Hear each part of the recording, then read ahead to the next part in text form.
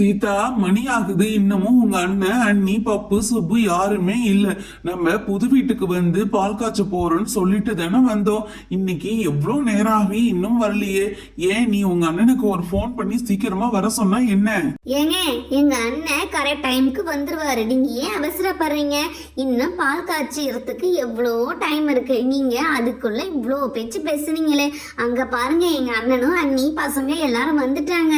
சீதா, என்னம்மா உங்க வீட்டுக்காரு திட்டுட்டாரா உன்ன? நான் அப்பவே சொல்லிட்டேன் உங்க அண்ணன் கிட்ட, சீக்கிரமா வாங்க, சீதா வீட்டுக்காரு ஒரு மாதிரின்னு. எல்லா பழமும் என் தங்கச்சிக்கு வாங்கணும், இவர் தான் லேட்டு வளர்த்துனாரு. அண்ணி, அவர் கிடைக்கிறாரு. நீங்களும் அண்ணனும் பப்பு சுப்பு வந்தது எனக்கு ரொம்ப சந்தோஷம். இருந்தாலும் உங்களை விட்டு ரொம்ப பிரிகிறேன். நான் அங்க இருக்கும்போது நம்ம வீட்டுல சந்தோஷமா இருந்தேன். இப்ப இவர்கிட்ட நான் மாட்டுக்கிட்டே என்ன லோல் பட போறோன்னு எனக்கு தெரியல. சீதா, உங்க அண்ணன்கிட்டயும் உங்க அண்ணிக்கிட்டையும் அப்புறம் கதை பேசலாமா? ஃபர்ஸ்ட் காய்ச்சின பாலை எடுத்துட்டு வந்து சாமிக்கு படைச்சிடு. சீதா, உங்க வீட்டுக்காரு வெளிநாட்டுல இருந்து வந்தாரு இல்லையா? நான் நினைச்சேன் வெளிநாட்டுல போயிட்டு உங்களை பிரிஞ்சிருந்ததுனால நல்லா மாறிடுவாருன்னு. இன்னமும் மாறல போல. என்னமும் உன் தலையெடுத்து போயே. அண்ணே, அவர் அப்படிதான். இருந்தாலும் நீங்க என்ன அடிக்கடி வந்து பார்க்கணும். நானும் அங்க வருவேன்.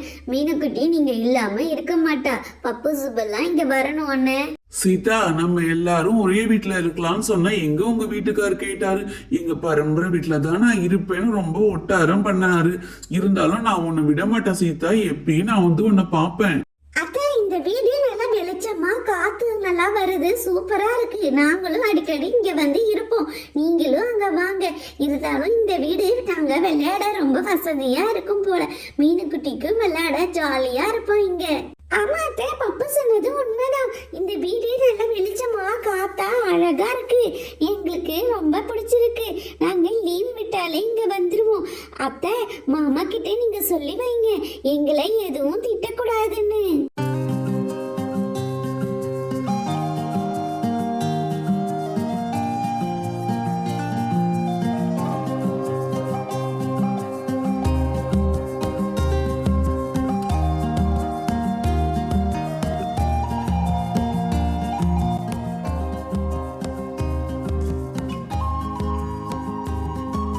ஃப்ரெண்ட்ஸ், இந்த வீடியோ பிடிச்சிருந்தா பப்பு டைனி ஸ்டோரிக்கு லைக், ஷேர், சப்ஸ்கிரைப் செய்யுங்க. தேங்க்ஸ் ஃபார் வாட்சிங். நெக்ஸ்ட் வீடியோவில் சந்திக்கலாம். பாய்.